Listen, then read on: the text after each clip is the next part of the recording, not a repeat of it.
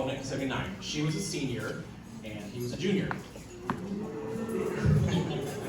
Dad's first impression of Wendy was she was pretty, had class, and could carry on a deep and meaningful conversation.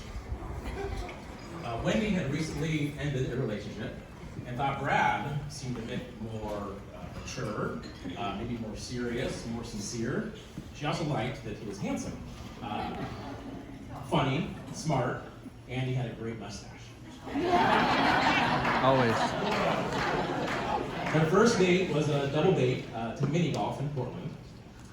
Dad won a stuffed camel for Mom, and she kept it. She still has it to this day. In fact, you can find it here on that table. Mom recalls that the putt-putt was fun, but she thought it was awfully convenient they ended up at a cemetery in Mount Scott with no particular grave to visit. She said, I think it was a ploy to hold hands. Dad admits there was some strategy, and it worked. The night ended in a hug. So was it love at first sight? A common question here for high school sweethearts. Love at first sight. Well, looking back, they say now that it was obvious that even before that first date, they were meant for each other. Once they started dating, they became inseparable. Brad started to think of ways to pop the question. 6 months passed. Wendy graduated from high school, but she still found ways to see Brad frequently. And here's something unique. There were actually two proposals.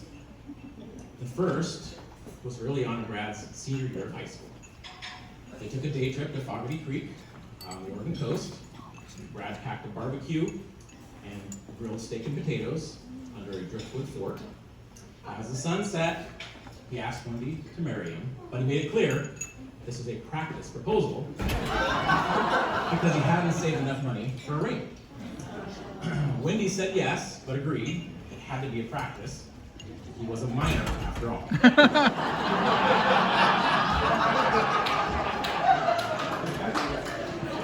The second proposal was several months later. Brad was working at local Tasty Freeze as a manager. He recalls earning $3.80 per hour, but he saved as much as he could so that he could buy a ring and do a real proposal as quickly as he could. So it was May of 1981. Brad had turned 18, graduated from high school 1 week prior, and had finally purchased the perfect ring for his bride-to-be. There at Marshall Park in West Portland, on a wooden footbridge, he asked for Wendy's hand in marriage. For real. She was surprised at how quickly this second proposal came, but immediately said yes. So the engagement was announced, and the wedding preparations began. Wendy worked at a local bridal shop in Washington Square, which gave her a leg up on all the hottest wedding trends, and I think that's evident in the beautiful dress she picked. My dad, I'm not sure I could say the same. He picked a powder blue tuxedo, a powder blue ruffled shirt, and a powder blue bow tie, and you'll see it on the slideshow at some point. He defends the choice, saying that he didn't pick powder blue, the culture demanded blue. I'm not old enough to know if that's true or not, but I'm sure some of you would agree. Like most weddings, Brad and Wendy recall that the wedding day was a blur. Brad locked his keys in his car, leaving with no way to get to the wedding. Fortunately, Wendy had a backup set, and Brad's mom was able to retrieve them. Wendy forgot her veil, but had just enough time to go back and get it. Despite the mishaps and the myriad of wrong notes the organist hit, as mom recalls, their wedding day was perfect. They said I do, and as all of us have witnessed over the last 40 years, they lived happily ever after. Yeah. So I don't have a glass with sparkling cider. Looks like the sparkling cider's not out yet, but to mom and dad, Brad and Wendy, wishing you God's continued blessings as you write the rest of your love story. Cheers to your first 4 years. Yeah.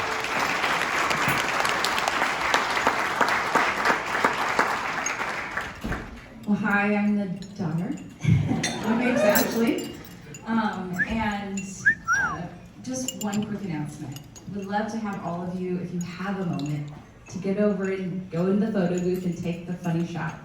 And it'll print out 2 of them for you, and one of them will go in the guest book, so sign your name with it, and then one you can take home. So make sure you do that before you leave tonight.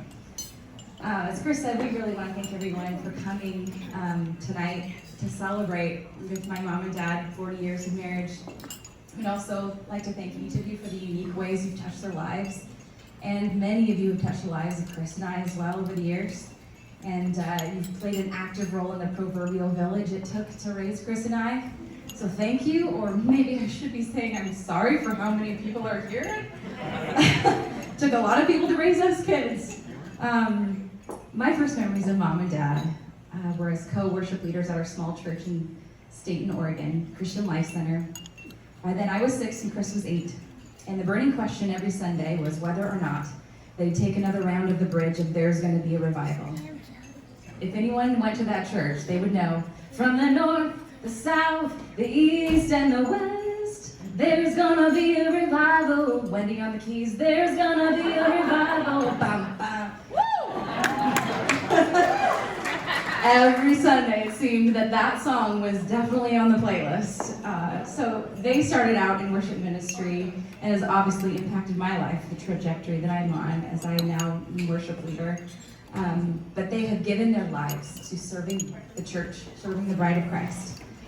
Both through worship ministry and now as my dad is an elder at Summit View Church, they've been giving their lives to the church for many, many years.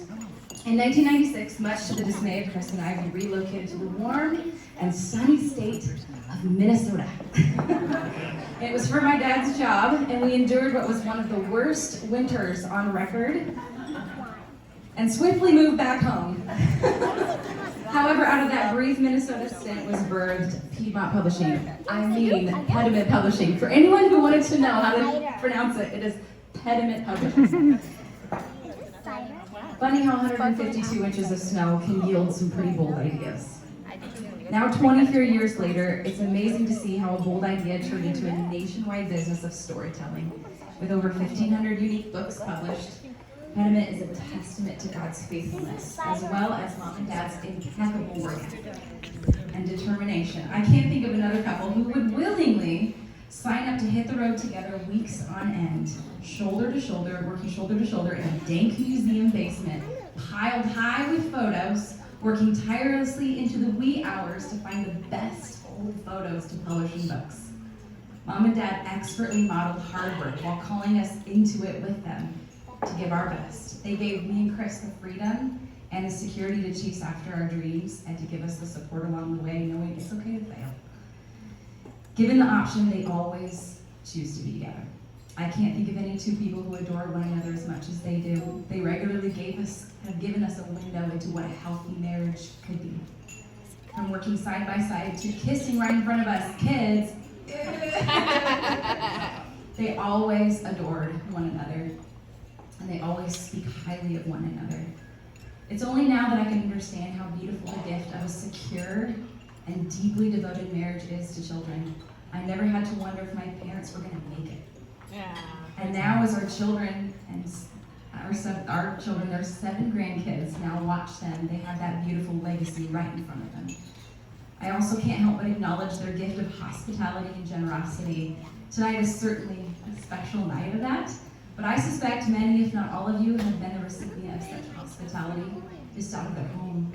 My dad's cinnamon rolls are legendary, as many of us know. Yes. But he knows no cinnamon roll would come out of the oven if it wasn't for his faithful and devoted wife cleaning up his tornado along the way.